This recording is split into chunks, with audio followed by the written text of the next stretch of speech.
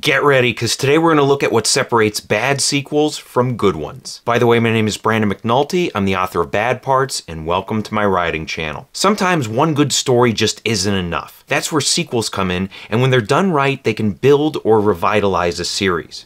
But when they're done wrong, they can suck the energy out of a franchise and even damage the original story. With that in mind, today we're going to give sequels the bad versus good treatment. We'll discuss what makes for a good sequel, then we'll look at 4 specific types of bad sequels. For each type, I'll give you a bad example and I'll explain why it sucks. Then I'll give you a good example and explain why that one works. Here's your spoiler warning for today. The ones in red contain the heaviest spoilers. Let's start off by answering the question, what makes a sequel good? I came up with 4 things. The first one is consistency plus originality. What I mean by this is that a sequel takes familiar elements from its predecessor and makes them fresh again.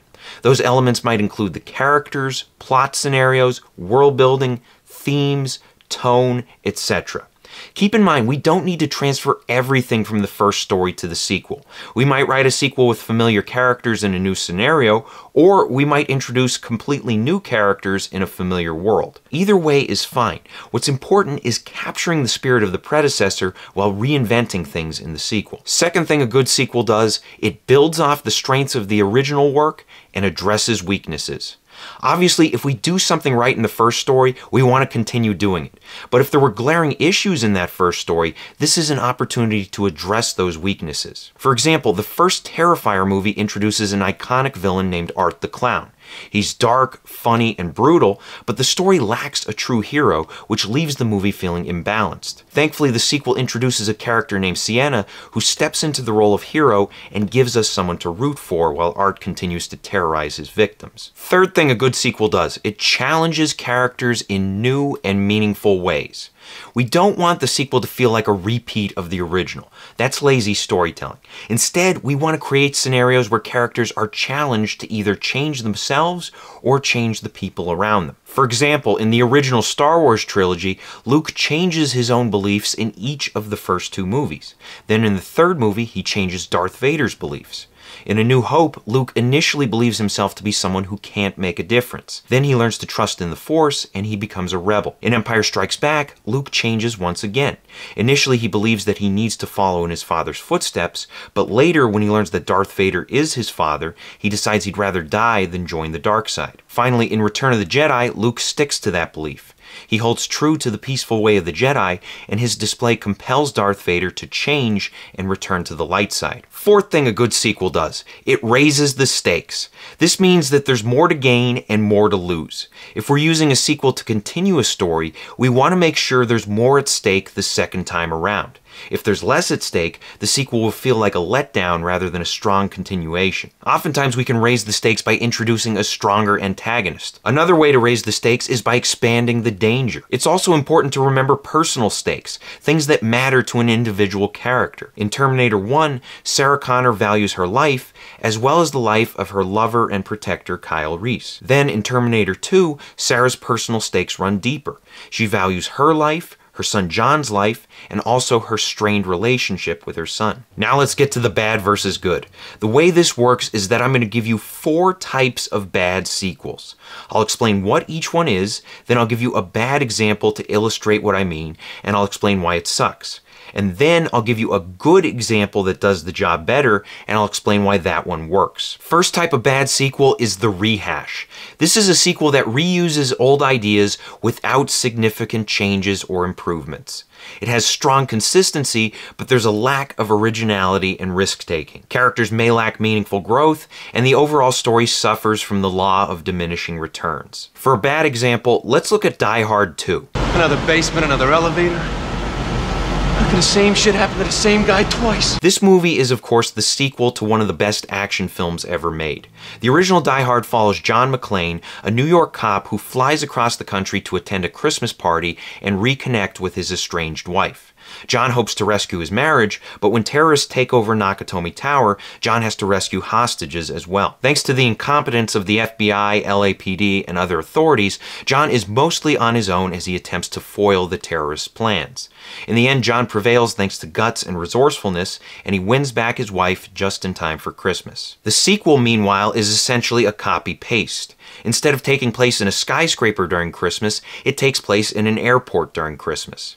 While John's waiting for his wife's plane to land in Washington, D.C., terrorists who are led by an aggressively naked man named Colonel Stewart take control of the airport and hold people hostage. John has to deal with incompetent authorities once again while using guts and resourcefulness to stop the terrorists and rescue his wife. Why does this keep happening to us? Though Die Hard 2 is by no means a bad film, it's a bad sequel because it plays things safe by repeating the scenario from the first movie. We get the same basic plot and same basic outcome. Though John and the action sequences remain fun and engaging, the actual story doesn't do enough to distinguish itself from the original. What makes things worse is that although they raise the external stakes by setting this movie in a more populated location, the personal stakes here are diminished because John isn't trying to save his marriage. He's simply trying to save Holly. In the first movie, their troubled relationship added another dimension to the story, and it enabled John to grow as a character. But in the sequel, he attempts to save her life again, and that's it. There's nothing else at stake here, which gives us less to root for. We also have a weak hero-villain dynamic in the sequel.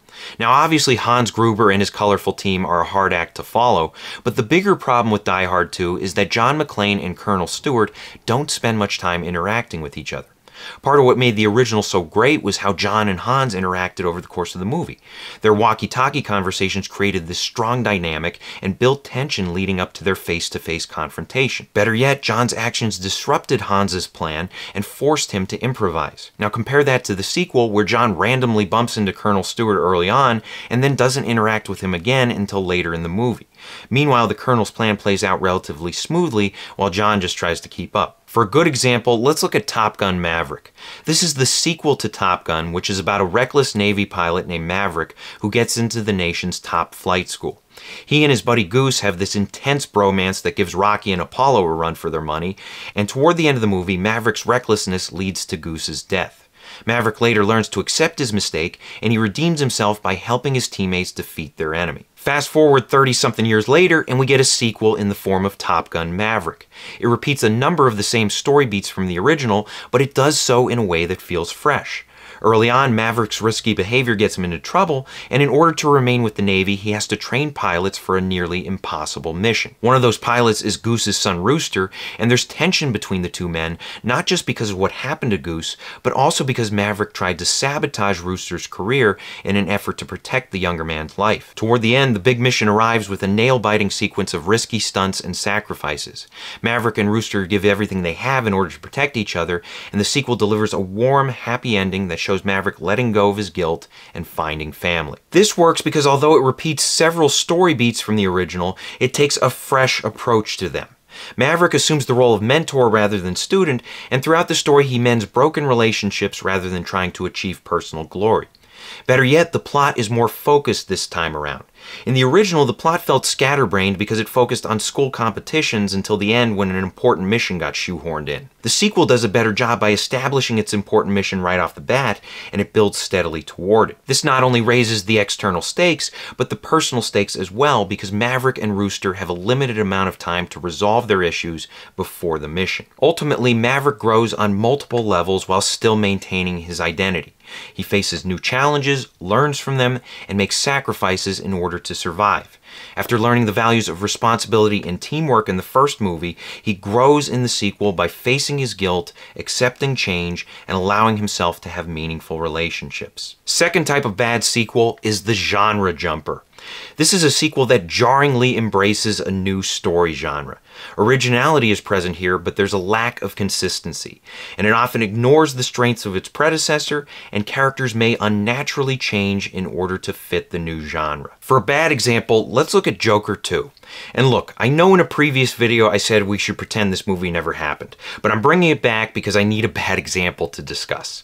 Now, if you remember, the original Joker film is part crime drama, part psychological thriller. It follows a beaten-down man named Arthur Fleck who descends into madness and becomes a murderer. The movie won audiences as well as awards by delivering a gripping storyline loaded with mystery, suspense, and high-impact moments. Then there's the sequel. Instead of a crime drama, we get a courtroom drama, and instead of intense intense thrills, we get musical segments. The sequel opens with Arthur stuck in Arkham Asylum, and if you think he's going to break out, think again.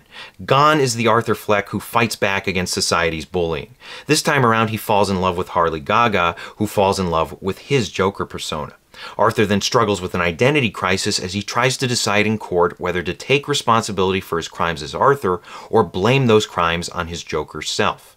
Ultimately, he chooses to take responsibility, which causes him to lose Harley's adoration. And in the end, he gets sent back to the asylum, where he gets stabbed to death by a fellow inmate. This sucks because it turns a dark crime thriller into a tiresome courtroom musical. Honestly, I think the musical segments are more forgivable than the courtroom stuff because music and dancing were key to the first movie. But the whole shift from thriller to courtroom drama killed this sequel. Worse yet, it ignores what made the original great. The sequel fails to generate suspense and mystery, opting instead for spectacle and cheap moments of shock value.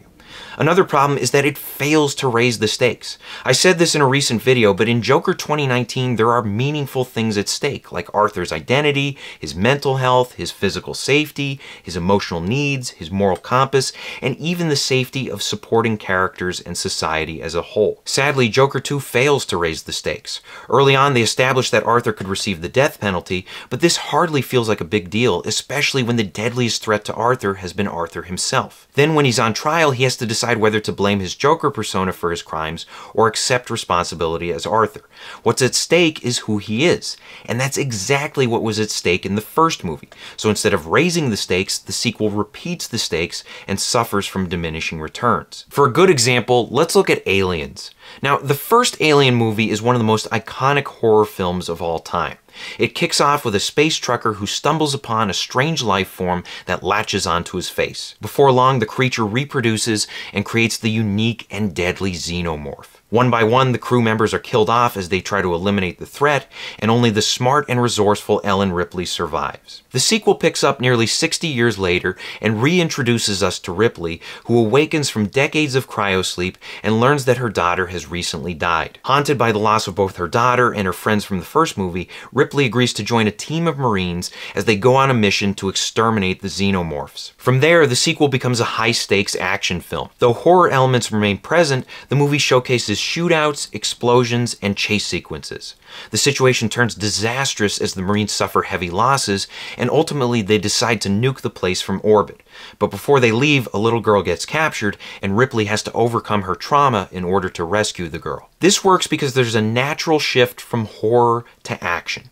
The two genres share common ground, so it's a smooth evolution for the franchise. Better yet, the writers avoid the trap of rehashing the horror. Horror sequels usually don't work because the genre relies heavily on the unknown. And once we see how a monster operates, we lose that fear of the unknown. So rather than trying to recreate horror in a monster sequel, it's wiser to take things in a different direction. Now, with that being said, the sequel still delivers horror elements. What made the original movie work was how it made its characters vulnerable. We get more of that in the sequel, and even though most of these people are soldiers, they still find themselves outmatched by the xenomorphs. Another reason this sequel works is because it raises the stakes. The movie does this by giving us more monsters and a hostile environment. It also creates steep personal stakes for Ripley. She has to overcome her trauma and protect a young girl she becomes attached to. Third type of bad sequel is the past its expiration date sequel. This is one that resurrects tired characters and/or storylines. It often is a cash-in that relies on nostalgia, it forces an unnecessary story that lacks creativity, and it fails to capture the magic that made the original special. For a bad example, let's look at Indiana Jones and the Dial of Destiny. This is the movie where Indy's corpse wanders from one plot beat to another, while his goddaughter attempts to play the role of the old-school Indiana Jones we know and love. Speaking of the Indy we know and love, in the original trilogy he was a charismatic and clever character who chased treasure, teamed up with fun sidekicks, and went on exhilarating adventures. Even Kingdom of the Crystal Skull, which is a major downgrade, at least somewhat captures the magic and manages to be watchable. But Dial of Destiny, well, first off, this one opens with a bloated prologue starring CGI Harrison Ford. There's action, danger, and Nazis, and when it finally ends, we jump ahead to the late 60s and see that Indy has become a miserable old man. He's separated from his wife and mourning the death of his son, and the most adventurous thing he does is walk around his apartment with his shirt off. Later, his goddaughter Helena pops into his life and hopes to assemble an artifact called Archimedes' Dial, which can enable time travel. The Nazis also want this device, which means that Indy, Helena, and the bad guys are all in a race to get the dial. And by race, I mean a series of clumsy action sequences and overdone chase scenes. It all leads to a finale where everyone travels back to the time of Archimedes. There, the Nazis are killed, and with them out of the picture, Indy decides he wants to spend his remaining days in the distant past. But that's when Helena punches him in the face, and the next thing we know, Indy wakes up back in the 1960s. There, he and his wife heal their relationship, and the franchise dies a horrible death. This sucks because washed up Indy has nothing left in the tank. Worse yet, the writing fails to create obstacles that challenge him in fresh and exciting ways. You can have a story starring an old man, but you gotta find ways to make his journey compelling. This movie doesn't do that, however, and as a result, his sidekick and the villains are left to carry the load. And that's the real problem here. We have this iconic character, but he feels like a third-string quarterback in his own movie. On top of that, the story lacks the trademark spirit of adventure until the final act. And there's also a blown opportunity here. Indy should have rebuilt his relationship with Marion over the course of the story. But instead of the two characters teaming up at some point, she just appears at the end, even though Indy didn't want to make any effort to get back to her. This could have been a sweet ending, but as it stands, it's one that the hero didn't earn. For a good example, let's look at Rocky Balboa. This is the 6th Rocky movie, and it has this ridiculous premise where Rocky comes out of retirement while he's in his 50s. Not only does he unretire, but he also agrees to fight the current heavyweight champ in order to overcome some personal demons. Now, the Rocky movies have always been about overcoming long-shot odds. In the original, he's this club boxer who fights against Apollo Creed, and by the 4th movie, he has to fight a supervillain who literally killed Apollo Creed. But no matter his opponent, Rocky embodies the human spirit by showing heart and displaying a positive attitude. Then we get to Rocky 6. Early on, Rocky is miserable because he's mourning the death of his wife and struggling to connect with his son. He yearns for the old days, but unlike Indiana Jones, he actually does something to improve his life. First, he renews his boxing license, and before long he agrees to participate in a match against the new heavyweight champ. Everyone laughs at Rocky, but he commits to the fight and surrounds himself with people who support him. When the match finally arrives, he's fighting not only the champ, but also old age and the fear of embarrassing himself in front of his loved ones. At first, it's an uncomfortable thing to watch, but Rocky's trademark perseverance keeps him in the match. His spirit carries him to the end, and though he loses the fight, he wins the more important battle. This works because the ridiculous premise creates a surprisingly powerful story. The movie dares to be cheesy, and in the process it delivers some strong emotions. Even after appearing in several movies, Rocky still has new lessons to teach us about belief, perseverance, and ignoring what other people think of you. The movie also captures the spirit of its predecessors. Though Rocky is dealing with the loss of his wife, he still maintains an upbeat attitude and carries the movie with his unique charisma. They also raise the stakes in compelling ways. Not only is Rocky trying to win a boxing match, but he's also seeking to resurrect his old self, heal his relationship with his son, and inspire those he cares about. And finally, this movie gives the character a satisfying send-off, especially after the letdown that was Rocky V. Finally, the 4th type of bad sequel is the off-the-rails sequel. This is one that tries too hard to be original. It abandons the strengths of its predecessors, wastes potentially interesting characters and/or storylines, and it sends the overall story in frustrating new directions. For a bad example, let's look at Star Wars: The Last Jedi.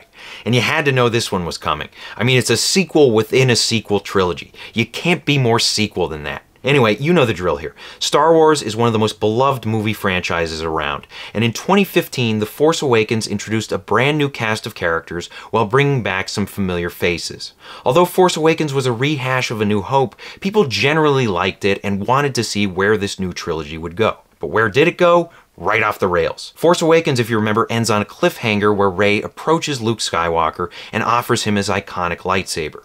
It's a moment that promises an epic sequel, but instead The Last Jedi poisons Luke, turns his lightsaber into a punchline, and gives him a backstory that conflicts hideously with his established character. Then there are the other plot lines, which are somehow worse. Rather than exploring the buddy dynamic between Finn and Poe, the movie separates the two characters. Finn gets stuck with an optional DLC mission, while Poe rots away on the ship during the world's slowest chase sequence. But the most frustrating thing about The Last Jedi is how it tries so hard to be original, yet when the chips are down, it plays things safe. The movie repeatedly pats itself on the back for tearing down the past, but when it has the opportunity to do something truly bold, like have Rey embrace the dark side, the story plays out predictably. Same with Finn when he attempts to sacrifice himself for the Resistance. Rather than allowing him to take meaningful action and pay the cost, the movie gets cute and creates a predictable outcome in the most laughable way possible. This sucks because it focuses on being different instead of telling a good story. Originality smothers consistency here. What's worse is that the movie fails to take risks in critical moments, and it ignores the strengths of The Force Awakens. That movie set up an epic meeting between Rey and Luke, only for the emotion to be squandered. Same with Finn and Poe. They had great chemistry in The Force Awakens, and exploring their friendship and differences could have given us a tight, focused subplot. But instead of developing their existing relationship, The Last Jedi tacks on new characters and subplots that bloat the story's runtime. Finally, the movie's reckless creative choices exhaust the trilogy's conflict and leave no burning questions remaining for Episode 9. That's why Palpatine had to somehow return, so that the final movie could have a plot. For a good example, let's look at Empire Strikes Back. Now, the original Star Wars gave us a thrilling, straightforward adventure story about strangers banding together in order to defeat a powerful enemy. The sequel could have simply delivered more action, and for the first 30 minutes it does, but then Empire opts to explore and develop its characters in meaningful ways. Luke trains to become a Jedi, thus following in his father's footsteps and confronting his inner darkness. Meanwhile, Han and Leia escape the clutches of Darth Vader and develop an unlikely love for each other.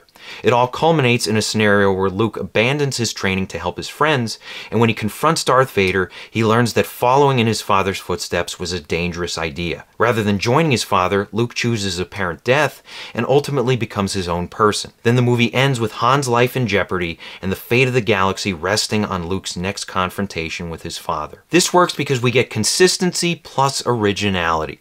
The sequel opens with an epic battle that recaptures the first movie's energy, and then Empire takes a fresh approach by separating its characters and challenging them with compelling personal obstacles. Luke has to confront the question of who he is, Leia has to learn to shed her pride, Han has to face the consequences of sticking with the rebellion, and Darth Vader has to wrestle with his desire to protect Luke while serving the Emperor. The sequel also builds upon the strengths of the original. We get more of the characters we love, and we get a deeper understanding of them and the galaxy they inhabit. Finally, the stakes are raised tremendously. After suffering a major blow in the first movie, the Empire destroys the rebel base on Hoth, and Darth Vader hunts down Luke, who is key to deciding the outcome of this galactic war. Then you have the deepening personal stakes between Han and Leia, as well as between Luke and Vader. Both the story events and the character relationships take this trilogy to the next level. So I hope this helps. Question of the day: what is the worst or best sequel in your opinion? Let us know in the comments section below. Thank you for watching. If you want to support the channel, please pick up a copy of any one of my books and be sure to leave reviews on Amazon. Bad Parts is great if you like small town horror. It's about people trading away their sick and injured body parts in order to get healthy again. And also, if you want to support the channel, like, share, and subscribe. Check out my other videos, tell other people about it. And as always, remember to keep on writing.